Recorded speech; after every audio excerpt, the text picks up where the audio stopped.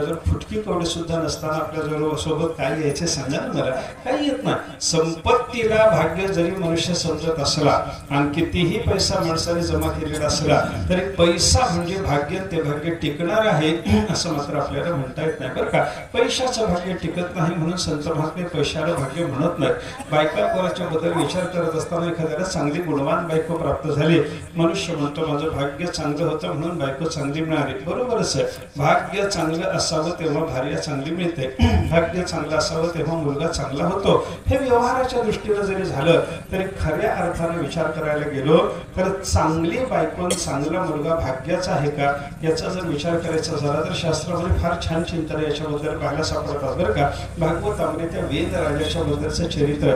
वेनाचा बाप होता अंगराजा. अंगराजाच्या पोटी जन्माला आलेला वेन दुष्ट निघाला आणि मुलगा दुष्ट निघाल्याच्या नंतर बापाला वाईट वाटलं. वाईट वाटलेल्या अवस्थेत बोलत असताना बापाला सांगितलं माझं भाग्य चांगलं नाही म्हणून माझ्या पोटी दुष्ट मुलगा जन्माला आला असं बोलला सुरुवातीला बरं का. नंतर म्हणायला लागला माणसाला मुलगा होणं चांगलं, माणसाला मुलगा न होणं चांगलं नाही, माणसाला मुलगा झाला पाहिजे. माणसाला मुलगा झाला पाहिजे तो सुद्धा चांगला निघाला पाहिजे तर भाग्य म्हणावं हे त्यानं पहिल्यांदा सांगितलं.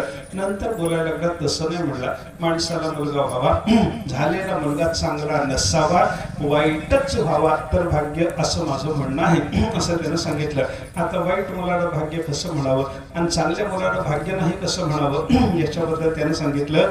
पोरगण बायको चांगली असतील तर त्यांच्यामध्ये आसक्त होऊन मनुष्य घरातच राहतो, घराच्या बाहेर जाऊन परमार्थ करत नाही. आणि मुलगा आणि बायको जर चांगली नसतील मनुष्याला वैराग्य होतं आणि संसाराचा त्याग करून मनुष्य देवाच्या भेटीला निघून जातो.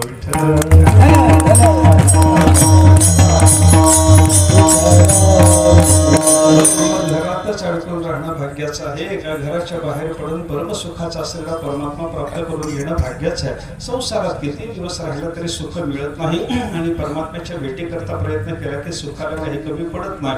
हा विचार लक्षात घ्या. संसारात सुख नाही, परमात्म्याच्या चरणाजवळ सुख आहे.